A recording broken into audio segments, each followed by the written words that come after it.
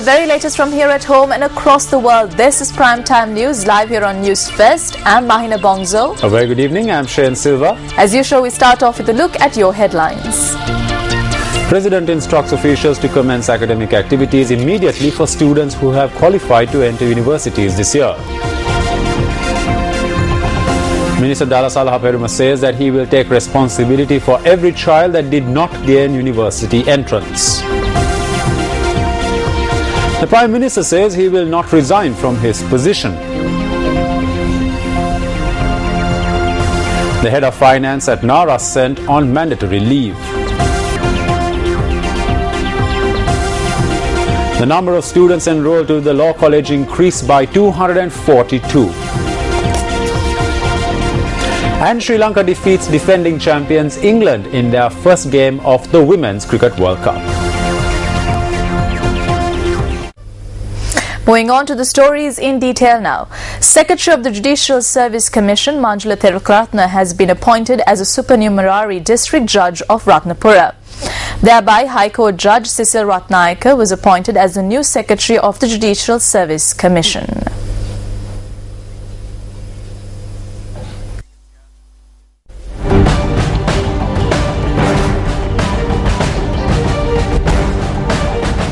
President Mahinda Rajapaksa has instructed officials to commence academic activities immediately for students who have qualified to enter universities this year. President Rajapaksa made this comment at Temple Trees yesterday when he met a group of students who excelled at the 2012 GCE Advanced Level Examination. President Mahinda Rajapaksa met with the students who were placed first, second and third in the science, maths, commerce, arts and IT streams at the 2012 GCE Advanced Level Examinations. The head of state commended the students for their performance and urged them to fulfill their responsibilities to the motherland as citizens who love the country. The president, who expressed his happiness that students from rural schools are able to achieve outstanding victories along with students from Colombo schools, also noted that this was the expectation of the government. Students who achieved the highest results at the 2012 GCE Advanced Level exams were presented with a 4-year scholarship and laptops by the president.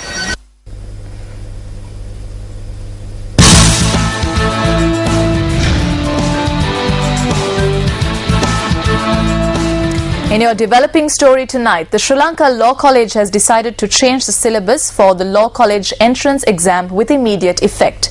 Principal of the Sri Lanka Law College, Dr. W.D. Rodrigo, said that the college has decided to enroll an additional 242 students this year.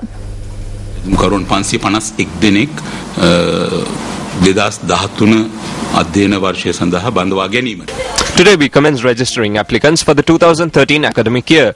In addition, the Council of Legal Education decided to change the syllabus of the Law College entrance exam.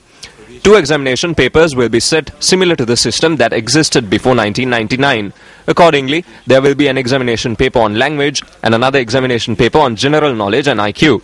It is compulsory to answer one paper in English, while the other paper can be answered in one's mother tongue, that is Sinhalese or Tamil. Finally, the marks obtained for both papers will be calculated and the students who receive the highest scores will be enrolled.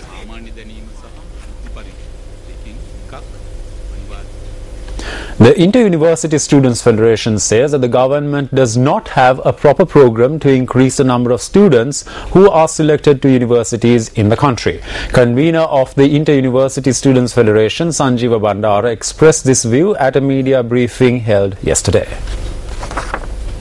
The government said that the students from the 2011 batch will be enrolled in March. The students who received the results for the exam held in 2012 will be enrolled after an academic year is completed. Therefore, they will have to wait for open an year. This cannot be prevented. Although the government said that an additional 5,000 students will be enrolled, the government will not enroll another 5,000 students because it is the policy. Minister S.B. Dissanayake reiterated this. He said that only 25,000 students will be admitted to universities. Ideally, they should enroll 27,500 students, including the additional 5,000. The government is not interested in solving this problem.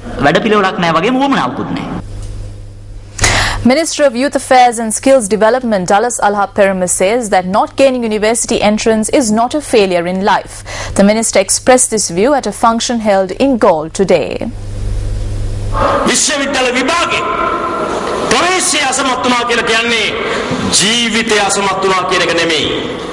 Failing to enter university does not mean you have failed in life.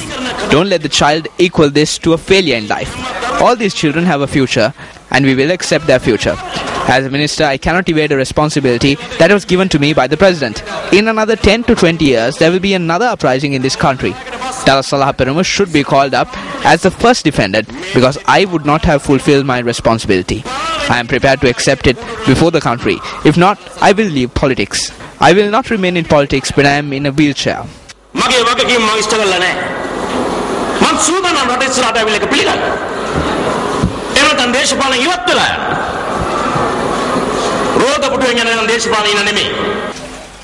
A function was held this morning to enroll students to the Galle Technical College and also to award the ISO 9001-2008 international standard.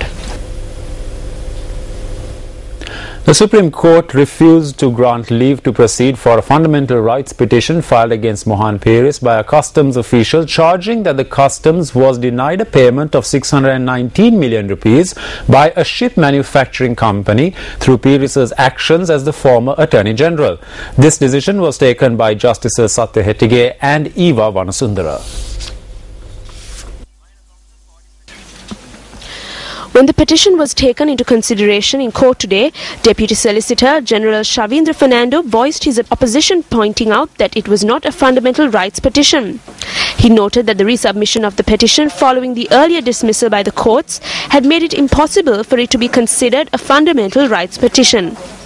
Responding to the objection, Attorney-at-Law N. Kodituaku, who appeared on behalf of the petitioner, pointed out that this petition was filed not to challenge the decision of the court, but to challenge a decision given by Mohan Peiris through the executive powers of the Attorney General.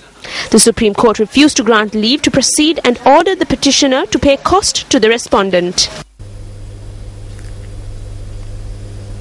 Prime Minister D.M. Jayaratne says that he has no intention of resigning from his post. A communique issued by the Prime Minister's media unit says that Prime Minister D.M. Jayaratne had made this statement when he met with journalists this morning.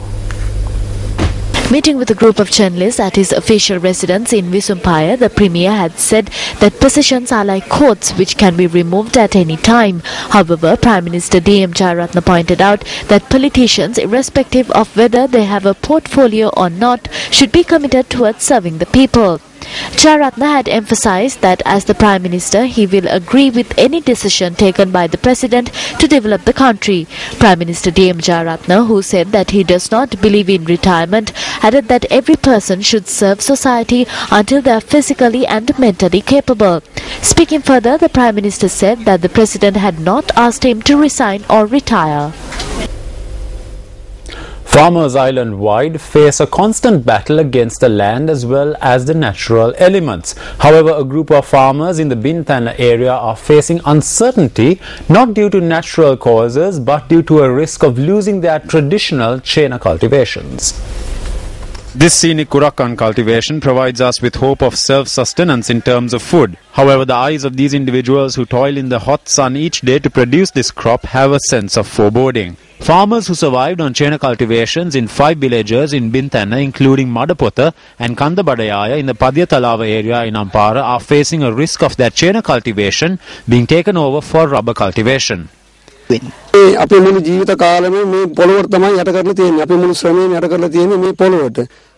We spent our whole lives in this land. We worked hard to make this land fertile. If we hand over this land for rubber cultivations, then where will we cultivate? How will we survive?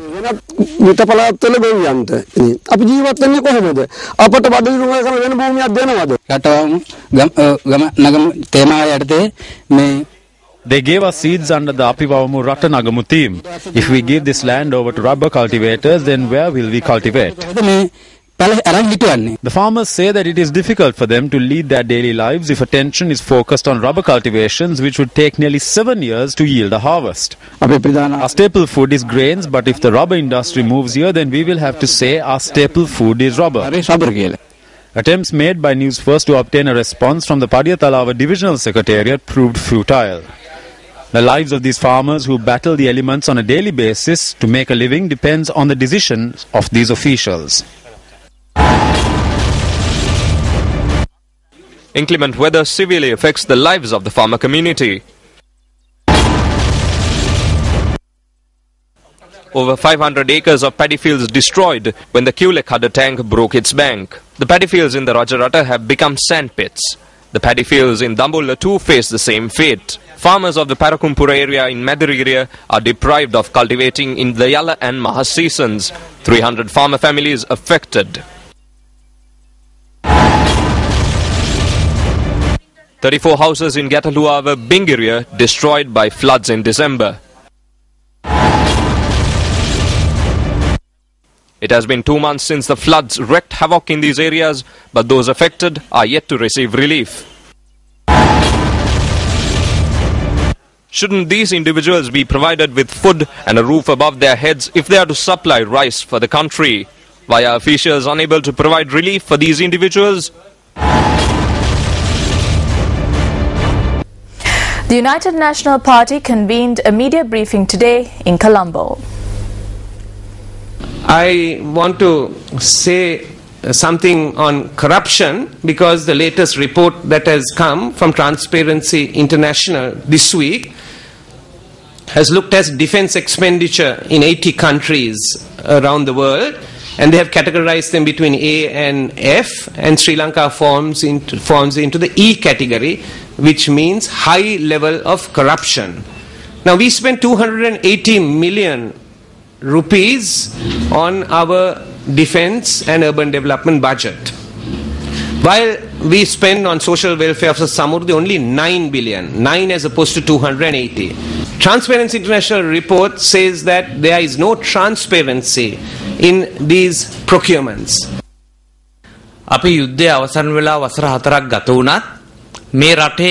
It has been 4 years since the conclusion of the war.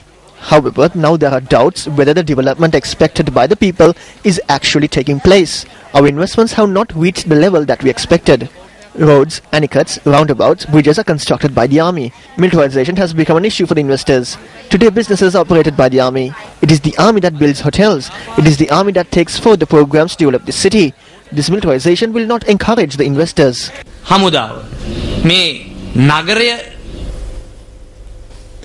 The inflation rate has increased up to 9.8% during January. The Central Bank of Sri Lanka noted that the increase in prices of food items owing to the inclement weather has resulted in this situation.